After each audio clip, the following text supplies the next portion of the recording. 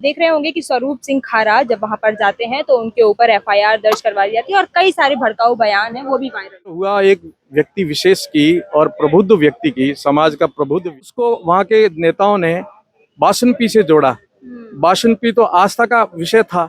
हमारे साथ पोखरण विधायक महेंद्र प्रताप पुरी जी हैं। सबसे पहले तो हम आपसे पूछेंगे, अभी आप सदन से निकल कर आ रहे हैं जहां पर धर्मांतरण जैसे बिल हैं वो कल पास होने की संभावनाएं बताई जा रही है और उस एक बिल में ये भी बताया जा रहा है कि अगर कोई भी धर्मांतरण करना चाहे तो 90 दिन पहले कलेक्टर से अनुमति ले, फिर पूरा रूल्स और रेगुलेशंस के तहत फिर वो धर्मांतरण कर सकते हैं। क्या ये सही है? नहीं, धर्मांतरण तो किसी भी हालत में नहीं होना चाहिए।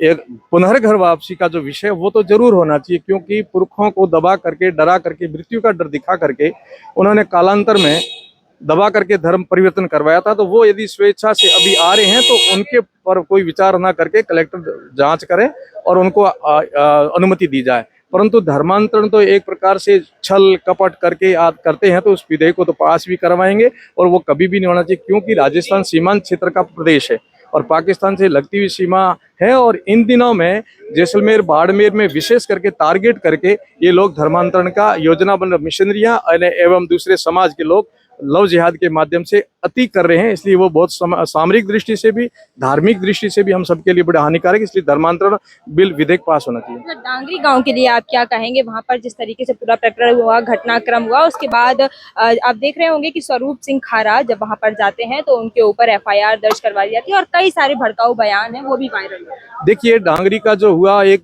व्यक्ति विशेष की और प्रबुद्ध व्यक्ति की, समाज का प्रबुद्ध व्यक्ति, प्राणी प्रिय, हिरण प्रिय व्यक्ति, उनकी हत्या आक्रोश जायज है और उसको वहां के नेताओं ने बाशनपी से जोड़ा।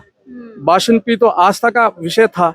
वहां छतरियां बनाने पर रोक लग रही थी, यहाँ हत्या इसलिए लोग इकट्ठे हुए थे। तो दिन रात का फर्क है। यहाँ आक्रोशित इतने थे कि इनकी हिम्मत देखो, जो हिरण को मारने के लिए रोक रहे उस व्यक्ति को मार दिया जाता है। तो आक्रोशित युवा में आता है। इसलिए जाने अनजाने में युवा ने जो गलती, युवा अवस्था ऐसी होती है, तो निश्चय ही उसकी जांच होगी। जांच के दायरे में जो भी प्रक्रिया रहेगी वो रहेगी।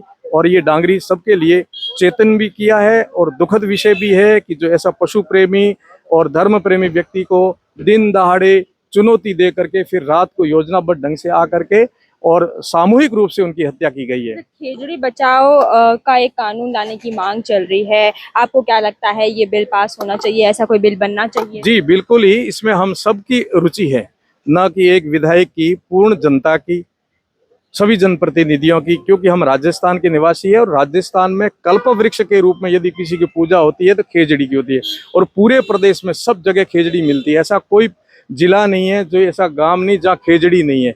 समी कहते हैं, महाभारत के समय इस पर हथियार रखे थे, तब समी वृक्ष का, हमारे यहाँ लोकल भाषा में इसको तुलसी के रूप में पूजते हैं। इसलिए इस खेजड़ी से पवित्र हमारे लिए कोई पौधा नहीं है और खेजड़ी कटनी नहीं चाहिए, खेजड़ी बढ़नी चाहिए। आप जाके देखेंगे खेजड़ी के नीचे जो फसल होती है अन्य पेड़ों के नीचे नहीं होती, खेजड़ी के उससे 4 गुना ज्यादा होती है। इसके अंदर बहुत बड़ी शक्ति है और ये पूजनीय पौधा भी है, ऑर्गेनिक पौधा है, जिसे हम सांगरी लेते हैं और हम वहाँ की उसी सब्जी को खाते हैं तो स्वस्थ रहते हैं। इसलिए खेजड़ी रहनी चाहिए।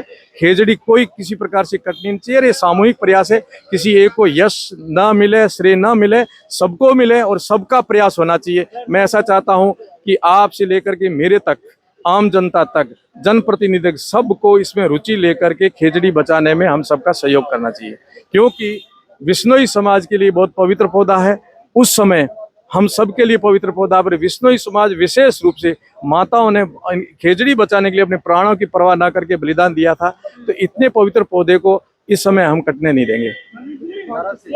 देखिए, तो ये थे हमारे साथ पोखरण के विधायक महेंद्र प्रताप पुरी, जिन्होंने धर्मांतरण सहित कई मुद्दों पर बात की, जहां पर उन्होंने साफ तौर पर कहा है कि जो एफआईआर दर्ज हुई थी स्वरूप सिंह खारा के खिलाफ, उनमें अनर्गल बयानबाजी है वो स्वरूप सिंह खारा ने की थी। उसके बाद पूरा मुस्लिम समुदाय है वो भड़क गया था। तो ऐसे भड़काऊ बयान है वो ना दिए जाए, क्योंकि किसी भी समुदाय को टारगेट करना, क्रेडिट की लड़ाई लड़ना, वो किसी भी मुद्दे के ऊपर ठीक नहीं।